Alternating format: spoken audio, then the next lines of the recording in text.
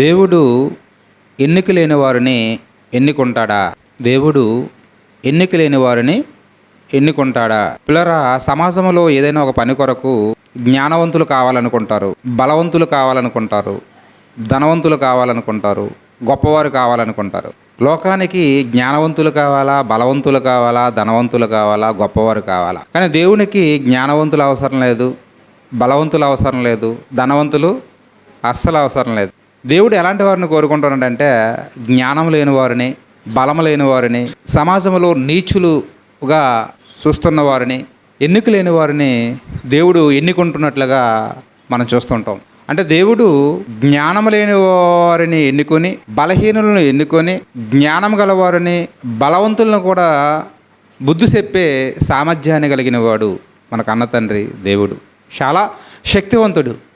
కాబట్టి ఒకసారి మనము అపోస్తలుడైన పౌలు గారు కొరింథీయులకు రాస్తున్న మొదటి పత్రిక, అందరూ తీయండమ్మా బైబిలు. అపోస్తలుడైన పౌలు గారు కొరింథీయులకు రాసిన మొదటి పత్రిక, మొదటి అధ్యాయము 26వ వచనం నుంచి చదువుకుందాం. సహోదరులారా, మిమ్మును పిలిచిన పిలుపును చూడుడి. మీలో లోకరీతిని జ్ఞానులైనను, గనులైనను, గొప్ప వంశం వారైనను అనేకులు పిలువబడలేదు. కానీ ఏ శరీరయు దేవుని ఎదుట అతిశయపడకుండానట్లు జ్ఞానులను సిగ్గుపరచుటకు లోకములో నుండి వెర్రివారిని దేవుడు ఏర్పరచుకొని ఉన్నాడు. బలవంతులైన వారిని సిగ్గుపరచుటకు లోకములో బలహీనులైన వారిని దేవుడు ఏర్పరచుకొని ఉన్నాడు.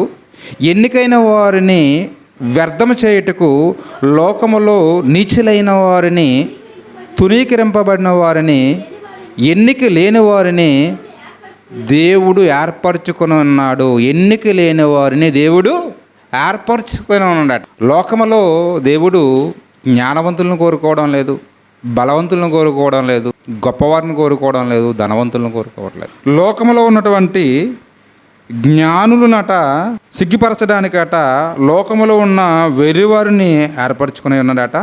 బలవంతులైన వారిని సిగ్గుపరచడానికట లోకములో ఉన్నటువంటి బలహీనులైన వారిని దేవుడు ఏర్పరచుకొని ఉన్నాడు. అంటే దేవుని యొక్క మనస్సు మనకు అర్థం కావాలి. నిజంగా దేవుడు ఎన్నిక లేని వారిని, జ్ఞానం లేని వారిని, బలం లేని వారిని ఎన్నుకుంటాడా అని మనం ఆలోచిస్తే ఎన్నుకుంటాడని. గతంలో ఎన్నుకున్నాడు కూడా. యేసుక్రీస్తు వారు 12 మంది శిష్యులు, వాళ్ళు ఏమైనా పెద్ద చదువుకున్న వాళ్ళ, జ్ఞానవంతుల, బలవంతుల, ధనవంతుల అంటే వాళ్ళు పెద్ద చదువుకున్న వాళ్ళు కాదు, పెద్ద బలవంతులు కాదు, ధనవంతులు కాదు. సర్వసాధారణమైనటువంటి చేపలు పట్టుకునే జాలారులండి. యేసుక్రీస్తు వారు 12 మంది శిష్యులు ఎవరు? చేపలు పట్టుకునే జాలారులు. వాళ్ళకి సముద్రము, పడవలు, వల, ఇదే ప్రపంచం. ఇంతకు మించి వాళ్ళకి బయట ప్రపంచం గురించి పెద్దగా వాళ్ళకి తెలియని వారు బ్రతుకేదో వారు బ్రతుకుతూ కాలాన్ని గడిపిస్తున్న వారిని దేవుడు పిలుచుకున్నాడు, ఎన్నుకున్నాడు. వారితో భూలోకాన్నే తలకిందులు చేసినట్లుగా మనం చూస్తున్నాం. గొప్ప చరిత్ర సృష్టించినట్లుగా మనం గమనిస్తుంటాం. అంటే ఆ దేవుడు ఎన్నిక లేని వారిని, అంటే లోకం చేత తునీకరింపబడిన వారిని, ఎన్నిక లేని వారిని దేవుడు ఏర్పాటు చేసుకుంటాడు అనడానికి ఇది ఒక పెద్ద సాక్ష్యం. యేసుక్రీస్తు వారు 12 మంది శిష్యులే. అలాగే దావీదు గారి దగ్గరికి వచ్చేసరికి దావీదు గారు కూడా ఆయన జీవితాన్ని చూస్తున్నప్పుడు ఆయనకు కూడా ఎన్నిక లేనివాడుగానే కనిపిస్తుంటాడు. దావీదు గారు పెద్ద బ్యాక్గ్రౌండ్ ఉన్నటువంటి వ్యక్తి ఏమీ కాదండి. దేవుడు సామ్యూయేలు ప్రవక్తని పిలిచాడు.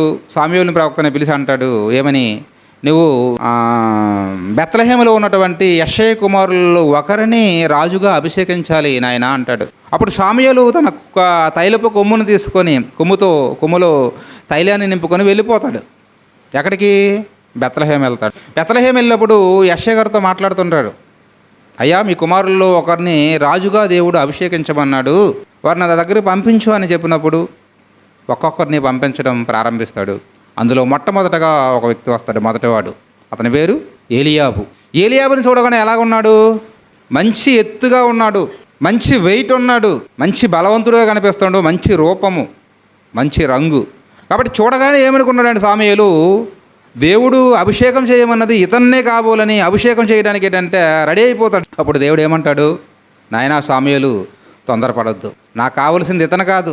ఏంటి తండ్రి, మంచి ఎత్తు ఉన్నాడు కదా, మంచి రూపం ఉన్నాడు కదా, మంచి బలవంతుడు కదా, రాజు అంటే ఎలాగ ఉండాలా? ఇలాగే కదా ఉండాలి అని సామ్యూయేలు అంటే, మనుషులు లక్ష్య పెట్టిన వాటిని యెహోవా లక్ష్య పెట్టడు. మనిషి ఏం చూస్తాడంటే పై రూపాన్ని చూస్తాడు, ఆయన అందాన్ని చూస్తాడు, ఐశ్వర్యాన్ని చూస్తాడు, బలాన్ని చూస్తాడు, ధనాన్ని చూస్తాడు. కానీ దేవునికి బలంతో పని లేదు, ఐశ్వర్యంతో పని లేదు, అంతస్తులతో పని లేదు. దేవునికి పనంతా దేనితో అంటే ఇక్కడున్న హృదయానితో, మనస్సు కావాలానికి. మనసుకు నచ్చింది అనుకోండి దేవునికి, నీ కుటుంబాన్ని చూడు, నీ బ్యాక్గ్రౌండ్ని చూడు, నువ్వు ఎక్కడ పుట్టావో చూడు, ఎవరికి పుట్టావో చూడు, నేను తీసుకెళ్ళి ఎక్కడో పెడతాడు. అయితే ఇలా ఒక్కొక్కడు వస్తున్నారు. ఫస్ట్ ఏలియాబు వచ్చాడు, కాదన్నాడు. తర్వాత వాడు, రెండో వాడు, మూడో వాడు, నాలుగో వాడు, ఐదో వాడు, ఆరో వాడు, 7 అయిపోయారన్నమాట. కానీ ఎవరు కాదు. అప్పుడు అనుమానం వచ్చింది ఎవరికి? షామూయేలు గారికి. అయ్యా యెషయా గారు, ఇంతేనా నీ కుమారులు, ఇంకెవరైనా ఉన్నారా అని అంటే, అప్పుడు ఆయన అంటాడు నీరసంగా ముఖం పెట్టి, ఏమని? అందరికంటే కడసరిగా పుట్టినవాడు ఒకడు ఉన్నాడులేండి అంటాడు. అంటే చాలా నీరసంగా. ఎందుకంటే వీళ్ళు పెద్ద పెద్దోళ్ళు, వీళ్ళందరూ, మిగతా పిల్లలందరూ మంచి సైన్యంలో ఉన్నారు, యుద్ధరంగంలో ఉన్నారు, జాబ్ చేస్తున్నారు. వాళ్ళందరూ మంచి ఎత్తు, మంచి బలవంతులు. ఇలాంటి వాళ్ళే మీరు కాదనేస్తే వాడేదో ఎక్కడ చాలా చిన్నవాడు, వాడు పెద్దగా పనికిరాడని నేను ఏ పనికి పెట్టేశాను? గొర్రెలు కాసుకుంటాడు. ఎక్కడ మా దగ్గర కొన్ని గొర్రెలు ఉంటే ఆ గొర్రెలు అప్పగించేసి ఎక్కడున్నాడు వాడు? ఎక్కడో అరణ్యంలో మరి గొర్రెలు కాసుకుంటున్నాడు. వెంటనే సామ్యూయేలు అన్నాడు, అర్జెంటుగా అతన్ని తీసుకురా అన్నాడు. కౌరు వెళ్ళిపోయింది ఎవరికి? దావీదు గారికి. పాపం ఆయన గొర్రెలు కాసుకుంటున్నాడు. ఆయన తీసుకొచ్చి తర్వాత దేవుడు, ఇతనే నాకు కాబోయే మనిషి, ఇతన్ని అభిషేకించమనగానే అభిషేకం జరిగిపోయింది. అంటే దావీదు గారు చూడండి, ఎన్నికైన వాడా ఏమైనా ఆయన తన తండ్రి దృష్టిలో కానీ, తన అన్నయ్యల దృష్టిలో కానీ, తన చుట్టూ ఉన్నటువంటి ఆ సమాజం దృష్టిలో దావీదు ఎన్నిక లేనివాడు. ఎందుకు? పనికిరాడని, ఈయన గొర్రెలకు కాసుకోవడానికి మాత్రమే పనికొస్తాడని గొర్రెల కాపుకు పెట్టేశాడు తండ్రి. ఎన్నిక లేని దావీదుని దేవుడు ఏం చేశాడంటే ఎన్నుకున్నాడు. ఇతను నా ఇష్టానుసారుడైన మనుష్యుడు అన్నాడు, నా ఉద్దేశములన్నిటినీ నెరవేర్చాడు. కాబట్టి దేవుడట లోకములో ఉన్నటువంటి జ్ఞానులను సిగ్గుపరచడానికి వెర్రివారుని ఏర్పాటు చేసుకుంటాడట, బలవంతులను సిగ్గుపరచడానికి బలహీనులను ఎన్నుకుంటాడు అనడానికి పెద్ద సాక్ష్యం దావీదు గారే. అలాగే యోసేపు గారి గురించి కూడా మనకు తెలుసు. యోసేపు 20 తులాల వెండికి ఐగుప్తు దేశానికి అమ్మవేయబడతాడు. పోతీఫెరు ఇంటిలో ఒక పని మనిషిగా, పనివాడుగా, ఒక దాసుడుగా ఉంటాడు. దాసుడు. యోసేపు ఎవరు? ఒక దాసుడు, పనివాడు. అలాంటి వాడిని తీసుకొచ్చి దేవుడు ఎక్కడ పెట్టాడు? ఐగుప్తు సింహాసనాన మీద కూర్చొని పెట్టాడు. ఐగుప్తు రాజు పక్కలో కూర్చొని పెట్టాడు, ఒక మంచి అధికారి. అంటే యోసేపు ఈ లోకానికి తునీకరింపబడినవాడు, ఎన్నిక లేనివాడు. అయినా దేవుడు అతన్ని ఎన్నుకున్నాడు అంటే అతను హృదయము దేవునికి నచ్చింది. అలాగే ఎస్తేరు కోసం మనకు తెలుసు. ఎస్తేరు అన్నటువంటి ఆమె మాదీయ పారసీకుల సామ్రాజ్యంలో ఆమె ఎవరంటే ఒక బానిస స్త్రీ. వీళ్ళందరూ ఎవరంటే బానిసలుగా ఉన్నారు. అలాంటి ఆమెని దేవుడు ఎన్నుకున్నాడు. ఎన్నుకొని ఆమె ద్వారా ఏం చేశాడంటే యూదులందరికీ రక్షణ అనుగ్రహించాడు. తెలుసు, ఒక మాదీయ పారసీకుల సామ్రాజ్యంలో ఒక పెద్ద కుట్ర జరుగుతుంది. యూదులందరినీ ఒకే దినాన చంపేయాలన్నటువంటి ఒక ఆజ్ఞ జారీ అయితే దాని నుండి ఎవరు కాపాడాడు? ఎవరి చేత కాపాడుకున్నాడు? దేవుడు ఎస్తేరు ద్వారా రాజుతో మాట్లాడించాడు, యూద జాతిని కాపాడుకున్నాడు. కాబట్టి ఈ మనం చూస్తే ఒక దావీదు గారు కానీ, ఒక యోసేపు గారు కానివ్వండి, ఒక ఎస్తేరు కానివ్వండి, యేసుక్రీస్తు వారి యొక్క 12 మంది శిష్యులు కానివ్వండి, వీళ్ళందరూ ఈ లోకములో పెద్ద జ్ఞానవంతులు కాదు, బలవంతులు కాదు, ధనవంతులు కాదు. కానీ దేవుడు వారిని ఏం చేశాడు? ఎన్నుకున్నాడు. చూడండి, ఈ మాట మనం చదువుకుంటే ఎంత కరెక్ట్గా అనిపిస్తుంది చూడండి. కొరింథీయులకు రాసినటువంటి మొదటి పత్రిక 26వ వచనం మనం చూస్తుంటే, సహోదరులారా, మిమ్మల్ని పిలిచిన పిలుపును చూడుడి, మీలో లోకరీతిని జ్ఞానులైనను, గనులైనను, గొప్ప వంశం వారైనను అనేకులు పిలవబడలేదు. కానీ ఏ శరీరయు దేవుని ఎదుట అతిశయపడకున్నట్లు జ్ఞానులను సిగ్గుపరచుటకు లోకములో నుండి వెర్రివారిని దేవుడు ఏర్పరచుకుని ఉన్నాడు. బలవంతులైన వారిని సిగ్గుపరచుటకు లోకములో బలహీనులైన వారిని దేవుడు ఏర్పరచుకుని ఉన్నాడు. ఎన్నికైన వారిని వ్యర్థం చేయుటకు లోకములో నీచులైన వారిని, తునీకరింపబడిన వారిని, ఎన్నిక లేని వారిని దేవుడు ఏర్పరచుకుని ఉన్నాడట. లోకములో ఎన్నిక లేని వారిని అట దేవుడు ఏర్పాటు చేసుకున్నారు. వాళ్ళంట వారే దేవునికి కావాలండి. దేవునికి కావలసింది వెర్రివారు, దేవునికి కావాల్సింది బలహీనులు, దేవునికి కావలసింది ఏంటంటే తృణీకరింపబడిన వారు. లోకం ఎవరినైతే తునీకరించేస్తుందో, పక్కన పెట్టేస్తుందో, ఎందుకు పనికిరాదని వెలివేసేస్తుందో, దేవుడు అలాంటి వారినే పట్టుకుంటాడు. దేవుడికి అలాంటి వారే కావాలనుకుంటాడు. అది దేవుని మనస్సు అండి. అయితే దేవుడు మనం కావాలి అనుకోవాలనుకుంటే, దేవుడు మనల్ని ఎన్నుకోవాలి అనుకుంటే ముందు మన హృదయం దేవునికి నచ్చాలండి. మన మనస్సు దేవునికి నచ్చాలి. మన మనస్సు కానీ దేవుడికి నచ్చిందనుకోండి, నువ్వు ఏ కుటుంబంలో పుట్టావో చూడ్డు, నువ్వు ఏ జాతిలో పుట్టావో చూడ్డు, నువ్వు ఏ దేశంలో పుట్టావో చూడ్డు. దేవునికి ఇవేవి ఉండవు కదండి. దేవుడికి గ్రామంతో సంబంధం లేదు, దేశంతో సంబంధం లేదు, కుటుంబంతో సంబంధం లేదు. ఒక మనిషి హృదయం నచ్చిందనుకోండి, ఆ మనిషిని ఖచ్చితంగా దేవుడు పట్టుకుంటాడు, కావాలనుకుంటాడు. అలా ఈరోజు మనం ఒక అతన్ని చూస్తున్నాం. అతను ఎవరంటే ఆమోషు అన్నటువంటి ఒక ఆయన. మనం అతని జీవితంలోకి వెళితే అతను కూడా సమాజంలో బలహీనుడిగా కనిపిస్తుంటాడు, ఎన్నిక లేనివాడుగా కనిపిస్తుంటాడు, తునీకరింపబడినవాడుగా కనిపిస్తుంటాడు. అలాంటి ఆమోషు గారిని దేవుడు ఏంటంటే ఎన్నుకున్నట్లుగా అతని చేత తన బలమైనటువంటి ఉన్నతమైనటువంటి కార్యక్రమాలను జరిగించుకున్నట్లుగా మనకు కనిపిస్తుంటుందండి. ఇంతకీ ఆమోషు అన్నటువంటి ఈయన ఏ రాజ్యానికి చెందినవాడు, ఏ గ్రామానికి చెందినవాడు, ఇతని వృత్తి ఏంటి అని మనం ఒకసారి ఆలోచన చేద్దాం. మొట్టమొదటగా ఆమోషు అన్నటువంటి ఆయన ఏ రాజ్యానికి చెందినవాడు, ఏ గ్రామానికి చెందినవాడు, ఏ వృత్తికి చెందినవాడు అని మనం ఒకసారి ఆలోచన చేస్తే, ఆమోషు గ్రంథము అందరూ తీయండి అమ్మా. మొదటి అధ్యాయము, ఆమోషు గ్రంథము మొదటి అధ్యాయము మొదటి వచనాన్ని మనం చూద్దాం. యోధా రాజైన ఉజ్జియా దినములలోను ఇశ్రాయేలు రాజుకు యెహోయాషు కుమారుడైన యెరోబాము దినములలోను భూకంపము కలుగుటకు 2 సంవత్సరముల ముందు ఇశ్రాయేలును గూర్చి తెకోవాలోని పశువుల కాపరలో ఆమోసునకు కనబడిన దర్శనము అంటాడన్నమాట. ఇక్కడ ఆమోషుకు దర్శనం కలిగింది. ఇంతకీ ఆ ఆమోషు ఏ రాజ్యానికి చెందినవాడు అంటే ఇతను యోధా రాజ్యానికి చెందినవాడు. ఏ గ్రామానికి చెందినవాడు అంటే తెకోవా అన్నటువంటి ఒక గ్రామానికి చెందినవాడు. ఇంతకీ ఈయన వృత్తి ఏంటి అంటే పశువుల కాపరి. మొదటి వచనంలోనే చాలా విషయాలు మనకు ఉన్నాయి, కనిపిస్తున్నాయి. ఆమోషు అన్నటువంటి ఆయన ఏ దేశానికి చెందినవాడు అంటే యోధా దేశానికి చెందినవాడు. ఏ గ్రామానికి చెందినవాడు అంటే తెకోవా అన్నటువంటి గ్రామానికి చెందినవాడు. ఇంతకీ ఈయన వృత్తి ఏంటంటే ఆయన వృత్తి పశువుల కాపరి అట. అంతేకాదు ఇతను మరొక పని కూడా చేస్తుండేవాడు. ఏంటి ఆ పని అంటే మేడు పండ్లు, మేడు చెట్లు తాలూకా పళ్ళు అమ్ముకొని ఏరుకొని సిటీలో అమ్ముకునేవాడు. అంటే చిన్న పళ్ళు వ్యాపారం కూడా మేడు పండ్లు అమ్ముకొని చిన్న వ్యాపారం చేసుకునేవాడు. అంటే సర్వసాధారణమైన వాడా కాదా చెప్పండి? పశువుల కాపరి అంటే మనకు అర్థమైపోవాలి. సమాజంలో పశువుల కాపరి అనగానే వాళ్ళు ఎలా చూస్తుంటారు? చిన్న చూపు చూస్తుంటారు కదా. అందుకే బాగా చదువుకోపోయిన వాళ్ళు అంటారు, ఏమని? చదువుకొని సరిగ్గా ఎవరికి రాకపోయిందంటే ఏమంటారు? ఒరే నువ్వు ఇలా కానీ సరిగ్గా చదవకపోతే ఏం చేస్తాం? నీకు ఒక 4 ఆవులు కొని ఇచ్చేస్తాం రా, ఆవులు మేపకి పెట్టేస్తాం, గొర్రెలు కాపుకి పెట్టేస్తాం అని. అంటే చిన్న పని అని, అది తక్కువ పని అని. అలాగే ఇక్కడ ప్రవక్త భక్తుడు ఆమోషు అట, ఇతని వృత్తి ఏంటట?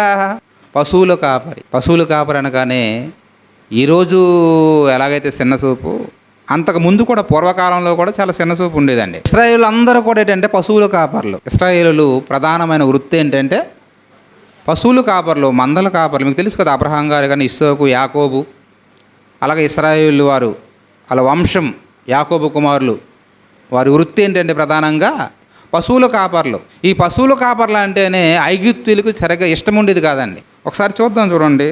ఆనాడు వీళ్ళని ఎలా చూసేవారంటే ఆదికాండము ఒకసారి చూద్దాం. ఆదికాండము 46వ అధ్యాయము 33వ వచనం.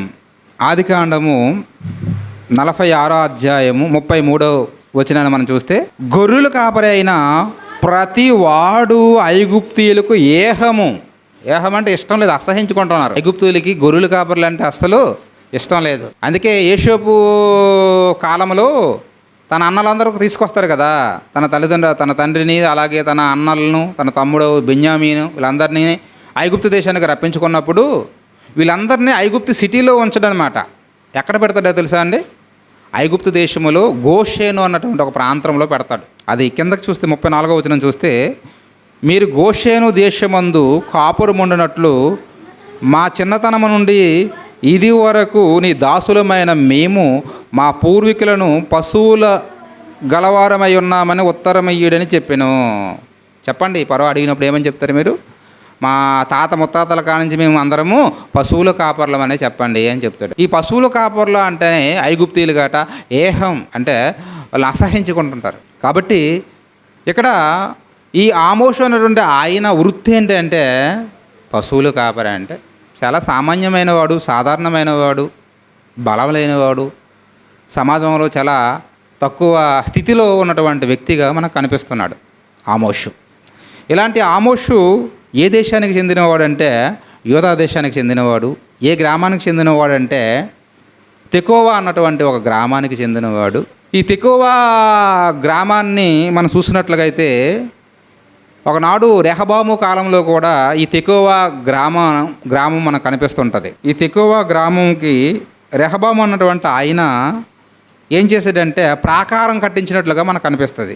2 దినవృత్తాంతాల గ్రంథంలో మనం చూద్దాం ఒకసారి. 2 దినవృత్తాంతాల గ్రంథం 11వ అధ్యాయము 5-6 వచనాలు మనం చూద్దాం. చూడండమ్మా, 2 దినవృత్తాంతాల గ్రంథం 11వ అధ్యాయం 5వ వచనం చూస్తే, రెహబాము యెరూషలేమందు కాపురముండి యోధా ప్రదేశమందు ప్రాకారములో కట్టించెను. అప్పుడు ఏంటంటే ఒక్కొక్క పట్టణానికి ఒక్కొక్క ప్రాకారం. మనం ఇల్లు కట్టుకుంటే ఇల్లు చుట్టూ కాంపౌండ్ హాల్ ఎలాగైతే కట్టుకుంటామో అలాగే ఒకప్పుడు పట్టణాలు ఉండేవి. ఆ పట్టణం చుట్టూ ఏముండేది? ప్రాకారాలు ఉండేవి అన్నమాట. దొంగలు తర్వాత ఎవరైనా కొంతమంది వ్యక్తులు లోపల రాకుండా ఉండడానికి ఏంటంటే ప్రాకారం కట్టేవారు. అలా ప్రాకారాలు కట్టాడట ఈ రెహబాము అన్న రాజు.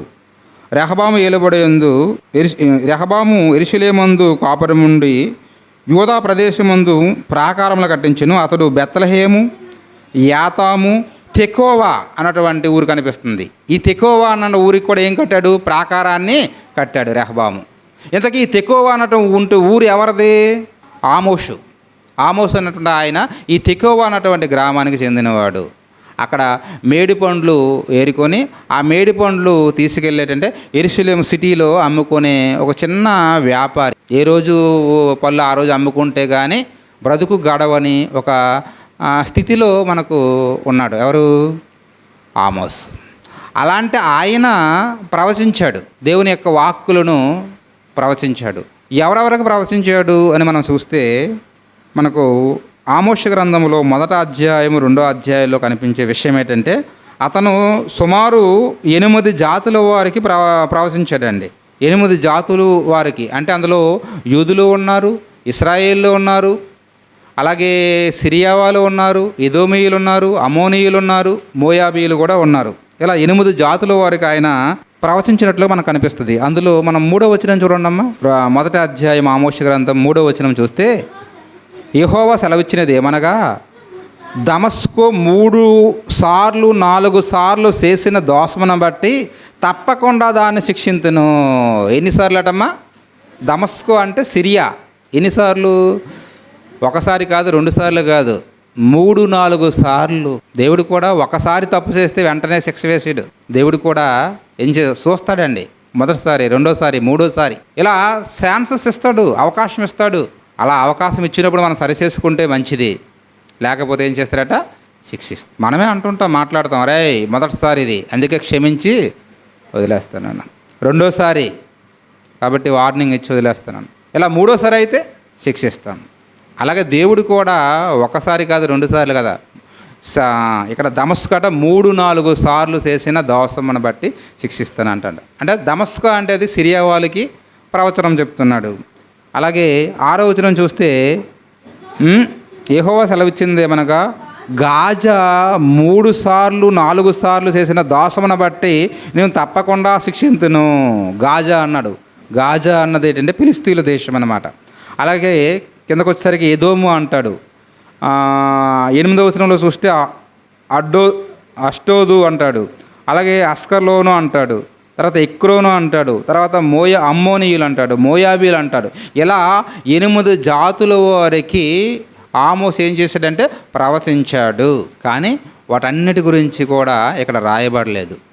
కానీ ఈ ఆమోసు గ్రంథం అన్నది ప్రధానంగా ఎవరి గురించి రాయించాడు అంటే ఇశ్రాయేలు గురించి రాయించాడు. ఎవరి కోసం రాయించాడమ్మా?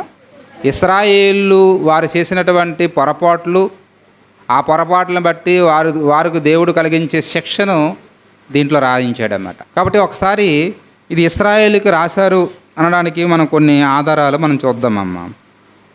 ఆమోషు గ్రంథంలోనే మనం చూస్తే 2వ అధ్యాయము 6వ వచనం చూద్దాం. ఆమోషు అన్నటువంటి ఆయన యోధా దేశానికి చెందినవాడు, యూదుడు. కానీ ప్రవచనాలు ఎవరికి చెప్పమన్నాడంటే ఇశ్రాయేలుకి చెప్పమన్నాడు. ఇశ్రాయేలుకి చెబుతున్నాడు ఆయన. 2వ అధ్యాయము 6వ వచనం చూడండి. యెహోవా సెలవిచ్చినది ఏమనగా, ఇశ్రాయేలీయులు 3 సార్లు 4 సార్లు చేసిన దోషమును బట్టి నేను తప్పకుండా వారిని శిక్షింతును. అంటే ఇశ్రాయేలు కోసమే చెబుతున్న ప్రవచనం అన్నమాట. అలాగే 3వ అధ్యాయము 4వ అధ్యాయం వెళ్ళిపోతాం. 4వ అధ్యాయము 1వ వచనాన్ని చూద్దాం. సోమ్రోను పర్వతం మీద ఉన్న బాసాను ఆవులారా అంటాడు. సోమ్రోను పర్వతం అంటే, సోమ్రోన్ అంటే ఎవరు? ఇశ్రాయేలు యొక్క రాజధాని. ఇశ్రాయేలు యొక్క రాజధాని ఏదమ్మా? సోమ్రోను పట్టణం. అంటే ఈ సోమ్రోను పట్టణంలో ఉన్నటువంటి ఇశ్రాయేలుని ఉద్దేశించి ఇక్కడ చెబుతున్నట్లుగా మనకు కనిపిస్తుంది. అలాగే 5వ అధ్యాయము 1వ వచనం చూస్తే, ఇశ్రాయేలు వారులారా మిమ్మల్ని గూర్చి నేనెత్తు ఈ అంగుళార్పు మాట ఆలకించడి. ఇశ్రాయేలులారా అంటున్నాడు. అంటే ఇశ్రాయేలు గురించే చెబుతున్నాడు ఆమోషు గ్రంథం. అలాగే 7వ అధ్యాయము 9వ వచనాన్ని కూడా మనం చూస్తే, ఇష్షాకు సంతతి వారు ఏర్పరిచిన ఉన్నత స్థలములు పాడైపోయిను, ఇశ్రాయేలు ప్రతిష్ఠ స్థలము నాశనమగును, నేను ఖడ్గమ చేత పట్టుకొని యెరోబాము ఇంటి మీద పడుదును. ఖడ్గం పట్టుకొని ఎవరింటి మీద పడతాడటమ్మా? యెరోబాము ఇంటి మీద పడతాడు. అంటే ఈ ఇశ్రాయేలును పరిపాలిస్తున్న రాజు ఎవరు అంటే యెరోబాము. యెరోబాము మీద పడతానంటే కేవలం యెరోబాము అయినా అర్థం కాదు. అక్కడ ఇశ్రాయేల్ దేశాన్ని మొత్తం నేను శిక్షిస్తాను అని ఇశ్రాయేల్ కోసం చెప్తున్నాడు. ఇక్కడ మీకు అర్థం కావాలమ్మా, ఆమోషు గారు ఏ రాజ్యానికి చెందినవాడంటే యోధా రాజ్యానికి చెందినవాడు. మీకు చెప్పాను గతంలో, ఇశ్రాయేలు దేశం అన్నది ఏంటంటే సొలొమోను గారి కాలం వరకు, రాజైన సొలొమోను గారి కాలం వరకు ఎలాగుందంటే సమిష్టిగా ఉంది, ఉమ్మడిగా ఉంది. మొదటి రాజు సౌలు 40 సంవత్సరాలు పరిపాలించాడు.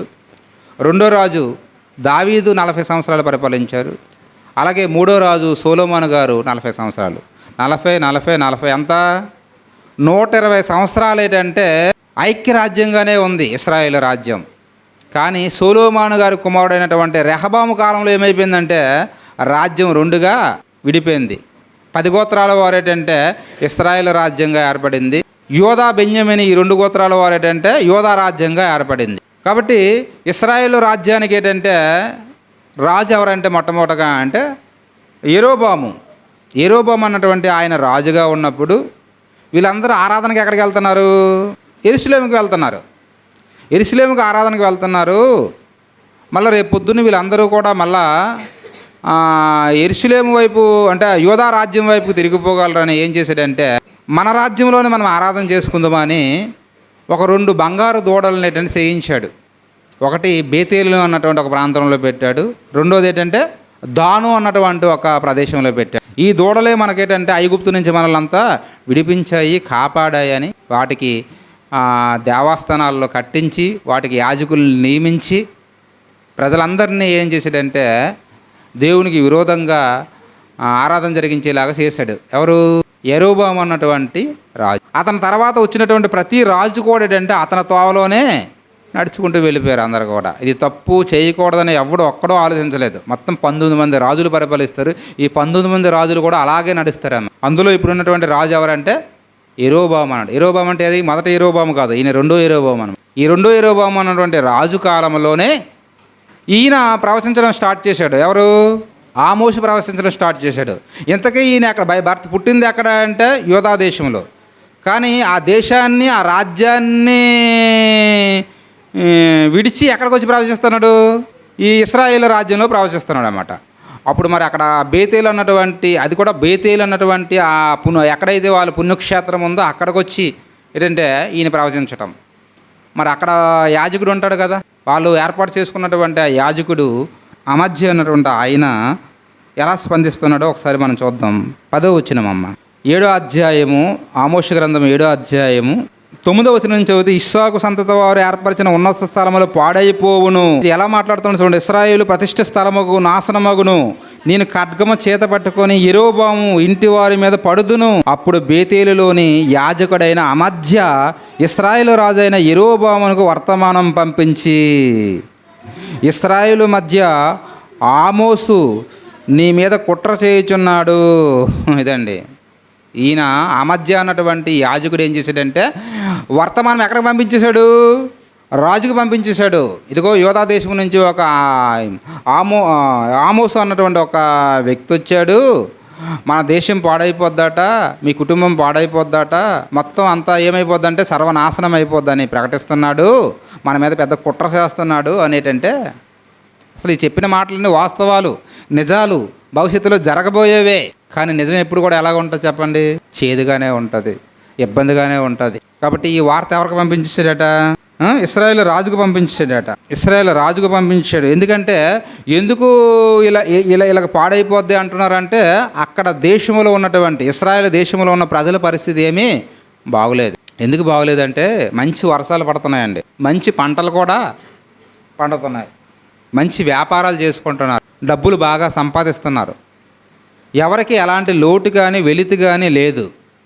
లేకపోవడంతో ఏమైపోయిందంటే మొత్తం దేశంలో ఉన్న ప్రజలందరూ రాజుతో సహా చాలా దుర్మార్గంగా ప్రవర్తిస్తున్నారు. వాళ్ళ ప్రవర్తన ఎలా ఉందంటే కొన్ని మాటలు మనం చూద్దాం. ఎందుకంటే ఈ ఆమోషు గారిని పంపించాడు అంటే ఊరికే పంపించడు. దేవుడు ఏ దైవజనుడిని పంపించినా, ఏ సేవకుడు పంపించినా అక్కడ ఏదో అవసరం ఉంటేనే పంపిస్తాడు.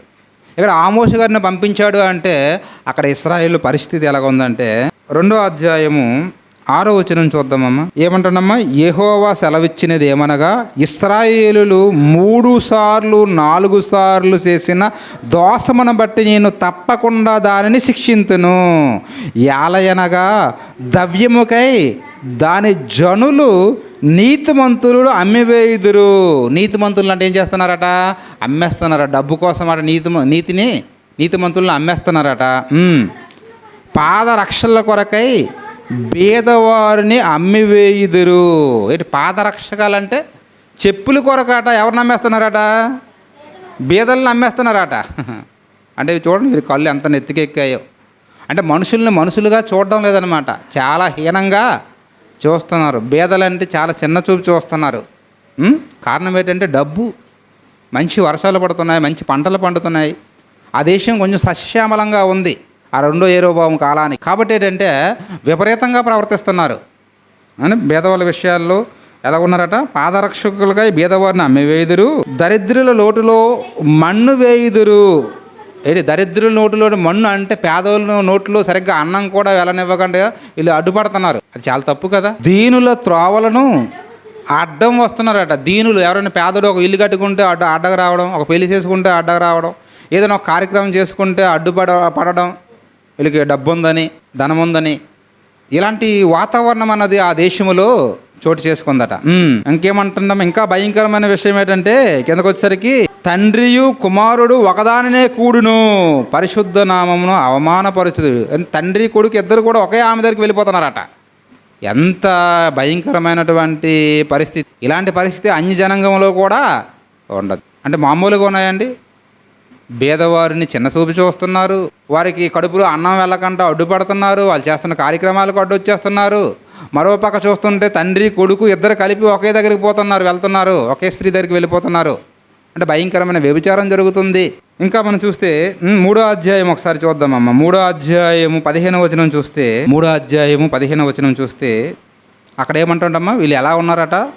చలికాలపు నగరాట ఒకటి ఉందట, వేసవికాలపు నగరం ఒకటి కట్టుకుంటున్నారట. ఏంటి అంటే చలికాలం వచ్చినప్పుడల్లా ఒక ఇంట్లో ఉంటున్నారట, వేసవికాలం అంతా వచ్చినప్పుడల్లా ఒక ఇంట్లో అనమాట. అంటే చలికాలానికి ఒక ఇల్లు అట, వేసవికాలానికి ఒక ఇల్లు అట. చూడండి ఎంత వీళ్ళు తొలదోగుతున్నారు. దంతపు నగరులు లయమగును, బహు నగరులు పాడైను, ఇదే యెహోవా వాక్కు అంటున్నమాట. 4వ అధ్యాయం 1వ వచనం కూడా చూస్తే అక్కడ ఏమంటున్నాడు? సోమ్రోను పర్వతంలో ఉన్న బాషాను ఆవులారా, దరిద్రులను బాధపెట్టు బేదలను నలగొట్టువారులారా అంటాడనమాట. బాషాను ఆవులు అంటాడు. బాషాను ప్రాంతం ఎక్కడ ఉందంటే ఈ ఇశ్రాయేలు దేశంలోనే ఉంది. బాషాను ప్రాంతం అనగానే ఆవులకు ప్రతిష్ఠిత అనమాట. ఎందుకంటే బాషాను ఆ ప్రాంతంలో మంచి పచ్చిక బయళ్ళు ఉండేవి, అక్కడ మంచి పచ్చగడ్డి దొరికేది. అక్కడ ఆవులు ఆ పచ్చగడ్డిని మేసి బలిష్టంగా బలంగా ఉండేవన్నమాట. అందుకే ఏమంటుంటే బాసాన ఆవులారా అంటాడు. అందుకే బాసాన ఆవుల అంటే ఆవుల కోసం చెప్తున్నాడు కాదు, కానీ ఇక్కడ స్త్రీల కోసం చెప్తున్నాడు. ఆవు అనగానే పాలు ఇచ్చేది. ఆవును స్త్రీతో పోలుస్తున్నాడు. ఎందుకు స్త్రీతో పోలుస్తున్నాడు అంటే ఆ బాసానులో ఉన్నటువంటి ఆవులు ఎలాగైతే అక్కడ ఉన్నటువంటి పచ్చగడ్డిని మేసి బలిష్టంగా బలంగా ఉన్నాయో, ఆ బాషాను ఏదో ఇశ్రాయేలు దేశంలో ఉన్నటువంటి స్త్రీలు కూడా వాళ్ళకు ఉన్నటువంటి మంచి మంచి వస్త్రాల చేత వారి సదుపాయాల చేత ఉంటూ ఏం చేస్తున్నారో తెలుసా అండి? ఎలాగున్నారో తెలుసా? కిందకు వచ్చేసరికి అంటాడు, మాకు పానము తెచ్చి ఈయుడే అని మీ యజమానులతో చెప్పువారులారా అంటాడు. పానము తెచ్చి, పానం అంటే ఏ పానం అనుకుంటున్నారు? మద్యపానం, మందు కావాలట. ఎవరికి? ఇశ్రాయేల్లో ఉన్నటువంటి స్త్రీలకి. ఇప్పుడు మనం చూస్తున్నాం మందు అందరూ స్త్రీలని లేదు పురుషులని లేదు అందరూ కూడా ఏం చేస్తున్నారంటే తాగుతున్నారు. కాలేజీలకి స్కూల్కి వెళ్తున్న అమ్మాయిలు కూడా మనం చూస్తుంటే కొన్ని ఫొటోస్ కొన్ని వీడియోస్ వస్తున్నాయి. పెద్ద పెద్ద బాటలు లేపేస్తున్నారు వాళ్ళు. ఒకప్పుడు నిజంగా ఎంత స్త్రీ అనగానే ఎంత అనుకువ ఎంత నెమ్మది వండి ఉండేవి. ఇప్పుడు ఏమైపోయిందంటే ఫ్యాషన్ తాగడం. తాగకపోతే చిన్న చూపు. ఇప్పుడు తాగలేదనుకోండి ఎవరండి, తాగపోయినోడిని ఎలా చూస్తారో తెలుసా అండి? ఏదో వింత చూసినట్లు చూస్తుంటారు. ఇంకా తాగవా, ఇంకా అలవాట్లేదా? అదొక ఫ్యాషన్ అయిపోయిందండి. అబ్బాయి అన్నాకట ఏముండాలట, గర్ల్ ఫ్రెండ్ ఉండాలట. అమ్మాయి అన్నాకేటంటే బాయ్ ఫ్రెండ్ ఉండాలట. ఎవరు లేకపోయారు అనుకోండి అదొక చిన్న చూపు అనమాట. అదే మందు కూడా, మందు వేయలేదు అన్నారనుకోండి వాళ్ళందరినీ ఒక వింతగా చూస్తుంటారు. అలా అయిపోయింది ఈ రోజులు. ఆ రోజుల్లోనే ఆ బాషానులో ఉన్నటువంటి ఆ ఇజ్రాయెల్ దేశంలో ఉన్నటువంటి స్త్రీలాట భర్తలతో దెబ్బలాడుతున్నారట. ఏమని? మాకు పానం తెచ్చిస్తారా ఎవరా, మందు తెచ్చిస్తారా, బాటిల్ ఇస్తారా ఎవరా అంటే మరి చూడండి ఎలాగ ఉన్నారు, చెడిపోయినారు. ఆ దేశంలో ఉన్నవారు అంటే బేదలు అనేటంటే పాదరక్షకాలకు అమ్మేస్తున్నారు, దీనిలో నోట్లు మట్టి కొడుతున్నారు. అంతేకాకుండా తండ్రి కుమారుడు కలిపి ఒకే స్త్రీ దగ్గరికి వెళ్ళిపోతున్నారు, వ్యభిచారం చేస్తున్నారు. ఇకపోతే స్త్రీల దగ్గరికి వచ్చేసరికి స్త్రీలు ఏమైనా బాగున్నారంటే వాళ్ళు కూడా దేనికి అలవాటు పడిపోయారు? మందుకు అలవాటు పడిపోయారు, తాగుడికి అలవాటు పడిపోయారు. ఇలాంటి పరిస్థితుల్లో ఉంటే దేవుడు మరి ఊరుకుంటాడమ్మా? అదే చెప్తున్నాడు. ఏమని? 5వ అధ్యాయం మనం చూస్తే 5వ అధ్యాయం 7వ వచనం కూడా మనం ఒక మాట చూస్తాం. న్యాయము అన్యాయమునకు మార్చి నీతిని నేలకు పడవేయువారులారా. న్యాయమునట అన్యాయంగా మార్చేస్తున్నారట, డబ్బుకు అమ్మేస్తున్నారు. న్యాయం లేదు, నీతి లేదు. ఇలాంటి పరిస్థితుల మధ్యన 6వ అధ్యాయము 1వ వచనం కూడా మనం చూస్తే ఎలా ఉన్నారంటే అక్కడ ప్రజలు, సియోనులో నిర్వచారముగానున్న వారికి శ్రమ, సోమ్రోను పర్వతాల మీద నిశ్చింతగా నివసించే వారికి శ్రమ, ఇశ్రాయేలు వారికి విచారణకర్తలైన జనులలో ముఖ్య జనులకు పెద్దలైన వారికి శ్రమ అనేసాడు. ఎందుకంటే మీ పరిస్థితి బాగలేదు కాబట్టి మీకంతా ఇకపైన శ్రమలే అంటున్నాడు. అలాగే 7వ అధ్యాయము 9వ వచనం చూస్తే మనం చూసాం కదా, పాడైపోయిందని చెప్తుంటాడు అనమాట. 8వ అధ్యాయం 4వ వచనం చూడండి అమ్మ. దేశమందు బీదలాట మింగివేయుదురు, దరిద్రులనట ఏం చేస్తున్నారట, మాపివేయాలనుకుంటున్నారట. తర్వాత వారి వ్యాపారం కూడా ఎలాగ ఉందట, తూము చిన్నదిగాను రూపాయి ఎక్కువగాను చేసి ద్రొంగసాసు చేసి మనము ధాన్యము అమ్మునట్లు అమావాస్య ఎప్పుడైపోవునో, మనము గోధుమలను అమ్మకము చేయనట్లు విశ్రాంతి దినము ఎప్పుడు గతించిపోనని చెప్పుకున్న వారులారా. వ్యాపారం కూడా ఎలాంటి వ్యాపారం చేస్తున్నారు? న్యాయంగా చేయడం లేదు. వ్యాపారంలో కూడా ఏంటంటే ఎలాంటి వ్యాపారం, ఎలాంటి త్రాసట, ద్రొంగసాసు. కొంతమంది కిలో అంటారు కాటా, కానీ కిలో ఉండదు. ఎంత ఉంటుంది చెప్పు? 30 కిలో ఉంటుంది. అంటే మరొక 1/4 కిలో ఏమైపోద్ది? దుంపలకో ఉల్లిపాయలకో మనం ఏదో వెళ్ళామనుకోండి, మనం అనుకుంటాం కిలో అని, కానీ కిలో కాదు, మోసం ఉంటుంది. అలాగే చేపలు అమ్మే దగ్గర వాళ్ళు కూడా కిలో అంటారు, 2 కిలోలు అంటారు, కానీ దానికంటే తక్కువే ఉంటుంది. కొంతమంది, అందరి కోసం మాట్లాడడం లేదు, కొంతమంది. ఇలా సమాజంలో చాలామంది ఏ వ్యాపారం చేస్తున్నారు తెలుసా? దొంగ వ్యాపారం చేస్తున్నారు. ఈ వ్యాపారం దేవునికి ఇష్టం లేనిది. అంటే ఈ దేశంలో, ఈ ఇశ్రాయేలు రాజ్యములో, ఈ దేశంలో ఎన్ని పొరపాట్లు ఉన్నాయి చూడండి. దేవుడు అట 1 2 సార్లు చేసిన తప్పు కాట శిక్షించడాట, 3 4 సార్లు శిక్ష. తప్పు చేసిన వారికి శిక్ష అంట. దేశమంతా దేవుడికి విరోధంగా ఉంది. అలాంటప్పుడు ఎవరిని పంపించాడు దేవుడు? ఆమోసుని పంపించాడు. ఆమోసు చెప్తున్నాడు. ఆమోసు చెప్తే వీళ్ళు వింటారా? ఎవరైనా మంచి మాటలు చెప్పామంటే ఎవరైనా ఎలా ఉంటుందో చెప్పండి. ఏమంటాడు? మంచి మాటలు చెప్పేవారు గట్ట 5వ అధ్యాయం మనం చూస్తే 10వ వచనం ఒకసారి చూడండి. అంటే మీ ఇష్టం వచ్చినట్లుగా ఉండండి, మీ ఇష్టం వచ్చినట్లుగా తాగండి, మీ ఇష్టం వచ్చినట్లు తిరగండి అంటే అలాంటి వాళ్ళు నచ్చుతారు. అలాంటి సంఘము నచ్చుతుంది, అలాంటి పాస్టర్ గారు నచ్చుతారు, అలాంటి సేవ నచ్చుతుంది.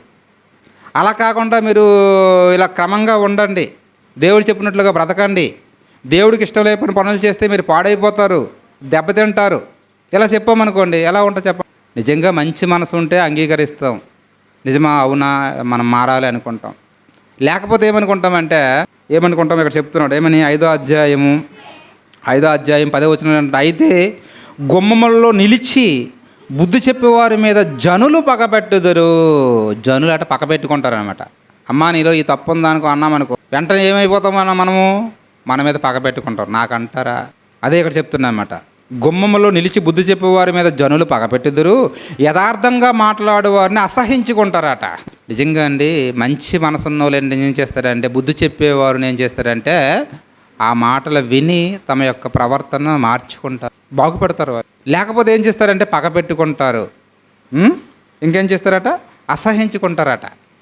ఇక్కడ చెప్పమన్నాడు ఎవరు? దేవుడు. కానీ చెబుతున్నది ఎవరు? ఆమోషు గారు. చెబుతున్నటువంటి చెప్పిస్తున్న దేవుడు కనిపిస్తున్నాడా? కనిపించడు. కానీ చెబుతున్న ఎవరు కనిపిస్తున్నారు? ఇక్కడ ఆమోషు కనిపిస్తుంటాడు. సేవకుడు పరిస్థితి ఇలా ఉంటుందండి. దేవుడేమో చెప్పమంటాడు, ఆయనేమో కనిపించడు. కానీ కనిపిస్తుంటుంది ఎవరు? సేవకుడు, దైవజనుడు. ఇవి ప్రజలు ఎవరికి పట్టుకుంటారు? సేవకుడిగా పట్టుకుంటారు. మాకు అంటారా చెప్పకపోతే ఆయన ఊరుకోడు, చెబితేమో ఇక్కడ ప్రజలు ఊరుకోరు. అది పరిస్థితి ఇక్కడ. అదే చెప్తున్నామండి. ఇక్కడ ఏమంటున్నాడు? 12వ వచనం 11వ వచనం చూస్తే దోస వృత్తికి రోకలు పుచ్చుకుని నీతిమంతులను బాధపెట్టచ్చు, గుమ్మములు వచ్చు బీదలను అన్యాయం చేయటం వలన మీ అపరాధములు విస్తారములైనవి, మీ పాపములు ఘోరమైనవి నేను ఎరుగుదును. దరిద్రుల యొక్క పంట మోపులను పుచ్చుకొనుచు మీరు వారిని అనగదొక్కుదురు గనుక మలుపురాలతో మీరు ఇల్లు కట్టుకొని వాటిలో మీరు కాపురముండు ఉండరు.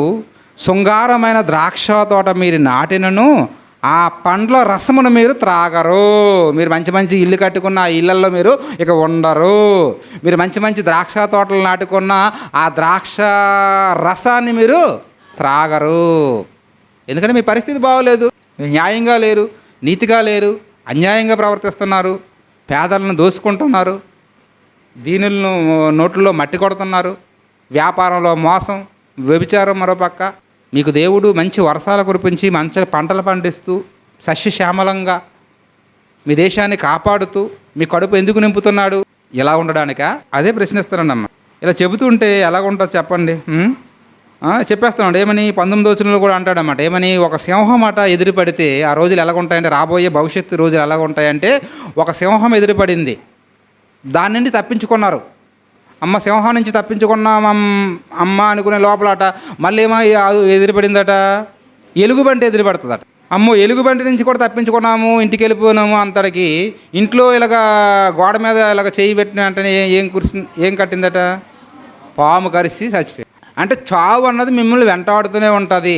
సింహం నుండి తప్పించుకుంటే ఎలుగుబంటి, ఎలుగుబంటి నుంచి తప్పించుకుంటే పాము.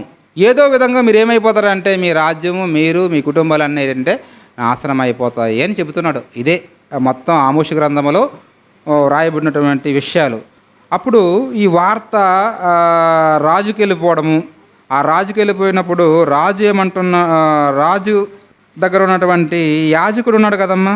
7వ అధ్యాయం వచ్చేసరికి అక్కడ కొన్ని మాటలు మనం చూసుకుందాం. చూడండి అక్కడ 7వ వచనంలో ఏమంటున్నాడంటే, 7వ అధ్యాయంలో 11వ వచనం చూద్దామమ్మా. యెరోబాము ఖడ్గమ చేత చచ్చుననియు ఇశ్రాయేలులు తమ దేశమును విడిచి చెరలోకి పోవుదురనియు ప్రకటించుచున్నాడు. అతని మాటలు దేశము సహింపజాలదని తెలియజేసాను. సహింపజాలదట. నిజం చెబితే ఎవరు సహిస్తారు చెప్పండి? నిజాన్ని చెప్తున్నాడు. రాజ్యమంతా అరుషురు రాజ్యం వస్తుంది, ఈ రాజ్యాన్ని జయించి వీళ్ళందరినీ ఎక్కడ తీసుకెళ్ళిపోతారు? చెరసాలకు తీసుకెళ్ళిపోతారు అని ఆమోసు చెబుతున్నాడు. ఆమోసు చెబుతుంటే ఈ మాటలాట ఆ దేశమాట సహించుకోలేకపోతుందట. మరియు ఆ మధ్య ఆమోసుతో ఇట్లనను, దీర్ఘదర్శి తప్పించుకొని యూదా దేశమునకు పారిపోమ్ము, అచ్చటనే బత్తిము సంపాదించుకునము, అచ్చటనే నీ వర్తమానమును ప్రకటించుము. బేతేలు రాజు యొక్క ప్రతిష్ఠను రాజధాని పట్టణమై ఉన్నందున నీవిక్కను దానిలో నీ వార్త ప్రకటన చేయకూడదు. ఇక్కడ బేతేలులో ఉన్నటువంటి ఒక యాజకుడు ఉంటాడు కదా, ఈయన పెట్టినటువంటి బంగారు దూడ, అని అంటున్నాడు, నువ్వెంత మాత్రం ఈ బేతేలులో ఇలాంటి వాక్యాలు ప్రకటించకూడదు. నువ్వు వెళ్ళిపోవాలి. ఎక్కడికి? అసలు నీ రాజ్యం ఏది? యోధా రాజ్యం కదా, నువ్వు అక్కడికి వెళ్ళిపోయి ప్రకటించు, అక్కడ బ్రతుకు. మనం కూడా సువార్త ప్రకటించడానికి వెళ్ళినప్పుడు చాలామంది అంటుంటారు, మీరు ఎక్కడి నుంచి వెళ్ళిపోయండి. ఎక్కడ ప్రకటించుకోవాలట? ఎక్కడో ఇశ్రాయేల్లో ప్రకటించుకోండి, ఎక్కడో మీ ఊర్లో ప్రకటించుకోండి, ఎక్కడో మీ సంఘంలో ప్రకటించుకోండి, మా దగ్గర అయితే వద్దు. ఇలాంటి మాటలు వినిపిస్తుంటాయి. సేమ్ ఇక్కడ ఎవరి విషయంలో అంటున్నారు? ఆమోషుకి అంటున్నారు, ఎక్కడి నుంచి వెళ్ళిపోమంటున్నారండి. వెళ్ళిపోమంటే ఆయన ఏమంటున్నాడో తెలుసా అండి? అందుకు ఆమోసు ఆ మధ్యతో ఇట్లనను, నేను ప్రవక్తనైనను కాను. నేను ప్రవక్తను కానయ్యా, నేనేది పెద్ద ప్రవక్తనేమి కాదు, ప్రవక్త యొక్క శిష్యుడినైనను కాదు, పశువుల కాపరినై మేడి పండ్లు ఏరుకునే ఒక సాధారణమైనటువంటి వ్యక్తిని. నా పశువులు ఏవో నా దగ్గర ఉండి నేను కాసుకుంటూ ఆ మేడి పండ్లు కాసుకొని ఆ మేడి పండ్లు కింద రాలితే ఆ పళ్ళు తీసుకొచ్చి అక్కడ బయట ఊళ్ళోకి వెళ్ళి అమ్ముకునేవాడును, ఒక సర్వసాధారణమైన వ్యక్తిని. అయితే నా మందలో నేను కాచుకొని చుండగా యెహోవా నన్ను పిలిచి, నీవు పోయి నా జనువులలో ఇశ్రాయేలు వారికి ప్రవచనం చెప్పమని నాతో సెలవిచ్చెను.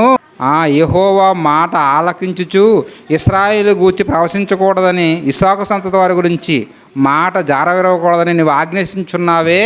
నేను చెబుతున్నాను, నాకు చెప్పమన్నాడు, నేను వచ్చాను అంతేని తప్ప నేనేదో ప్రకటించాలన్నటువంటి ఉద్దేశం నాకు లేదు. ఆయనే నన్ను కావాలని కోరుకొని వెళ్ళి ప్రకటించమన్నాడయ్యా అని చెబితే మీరేమో వద్దంటున్నారు. అయితే మీరు వద్దంటున్నారు కదా, నాకు వద్దంటున్నటువంటి మీ తాలూకు పరిస్థితి ఎలాగ ఉంటుందో అని చెప్తుంటాడు కిందకండి. యెహోవా సెలవిచ్చినది ఏమనగా, నీ భార్య పట్టణమందు వేశ్యగును. బేతేలులో ఉన్నటువంటి యాజకుడికి చెప్తున్నాడు, నీ భార్య ఏమైపోద్ది? వేశ్య అయిపోతుంది అనేసిడమే. వ్యభిచార వృత్తిలోకి మళ్ళీ వెళ్ళిపోతుంది అని చెప్పేసాడన్నమాట. నీ భార్య, నువ్వు నాకు ప్రకటించొద్దు అంటున్నావు కదా, నీ భవిష్యత్తు ఏంటో తెలుసా? నీ భార్య వేశ్య అయిపోతుంది. నీ కుమారులను నీ కుమార్తెలను ఖడ్గమ చేత కూలుదురు. అంటే నీ కుమారులు నీ కుమార్తెలు ఖడ్గమ చేత కూలిపోతారు.